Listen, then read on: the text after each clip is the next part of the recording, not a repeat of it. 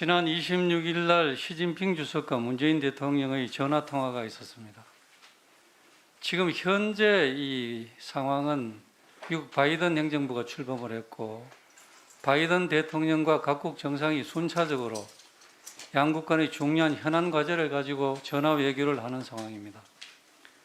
이런 가운데서 시급한 현안 과제도 없는데 또 미국은 중국을 견제하기 위해서 민주주의국가의 연대를 해서 중국을 견제하자, 이것을 최우선 외교 정책이라고 천명을 하고 있는 상황입니다. 또 중국은 어떻게든지 미국의 반중 연대에서 한국을 이탈시켜내려는 그런 속내를 가지고 있습니다.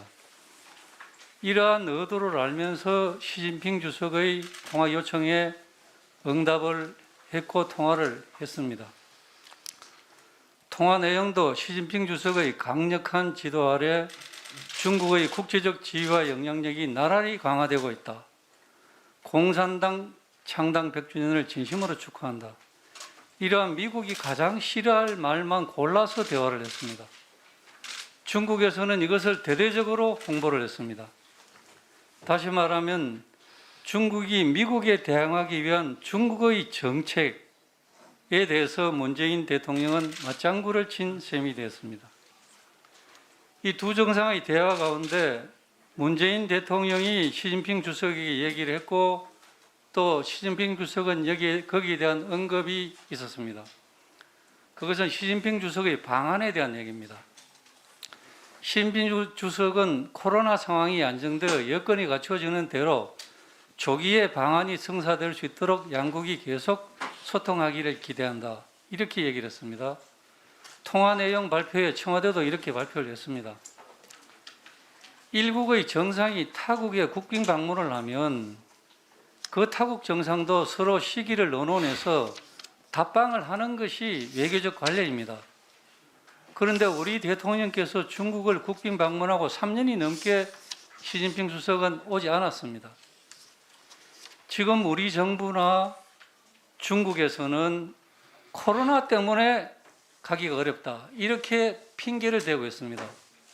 그러나 코로나와 관계없이도 벌써 2년 이상의 시간이 지났습니다. 우리 정부는 계속해서 시진핑 주석의 답방을 요청했지만 성사가 안 됐습니다. 그것은 철저히 중국이 우리나라를 경시하기 때문에 그렇다고 생각이 됩니다. PPT. 박근혜 대통령 정부 때 시진핑 주석이 취임해서 얼마 되지 않았습니다. 중국을 국빈 방문했습니다. 시진핑 주석은 1년 후에 답방으로 한국에 왔습니다. 많은 고위급 수행원과 대규모 경제사절단까지 데리고 와서 아주 성공적인 정상회담이 서울에서 있었습니다. 특히 시진핑 주석은 북한에도 가지 않고 취임해서 북한에 안 가고 먼저 한국에 온 그런 최초의 사례였습니다. 그런데 문재인 정부는 답방조차도 이뤄내지 못하고 계속해서 답방에 매달리고 있는 그런 형국에 있습니다.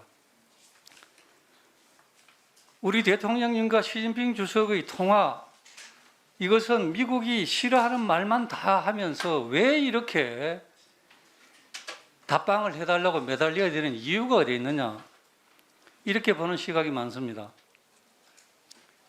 2018년도 6월 12일 싱가포르에서 트럼프와 김정은의 정상회담이 있었습니다. 그 다음 날이 바로 지방선거 날이었습니다. 지방선거 하루 전날 정상회담이 이루어지면서 또 국내에서 대대적으로 홍보를 했습니다. 많은 국민들이 트럼프, 김정은이 만났으니까 이제 앞으로 북한은 핵을 버리고 곧 통일로 나올 것이다, 이런 환상을 가지게 했습니다. 그런 분위기를 연출했습니다. 그 결과 현 여당은 선거에서 대승을 했습니다. 바로 이것을 노리는 것이 아닌가, 이런 의심을 사고 있습니다. 그래서 이 미국에 대한 한미 관계가 손상되는 것을 감수하고라도 어떻게든지 내년 3월 9일 대선 이전에 시진핑이 한국에 와서 문재인 대통령과 정상회담하는 모습을 국민들에게 보이고 이것을 대대적으로 홍보해서 선거에 유리하게 해야 되겠다. 바로 이것이 시진핑과 우리 대통령의 통화가 아니겠느냐, 이런 의심을 하고 있습니다. 만약 이것이 사실이라면 국익을 위한 외교가 아니고 이것은 정권을 위한 외교, 선거에 이용하기 위한 외교, 절대 이런 일이 있으면 안 되지 않습니까?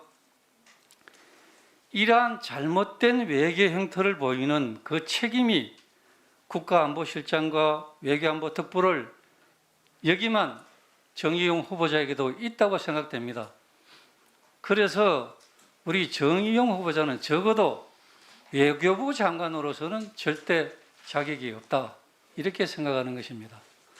우리 후보자께서는 여기에 대해서 본인의 생각을 말씀해 주시기 바랍니다.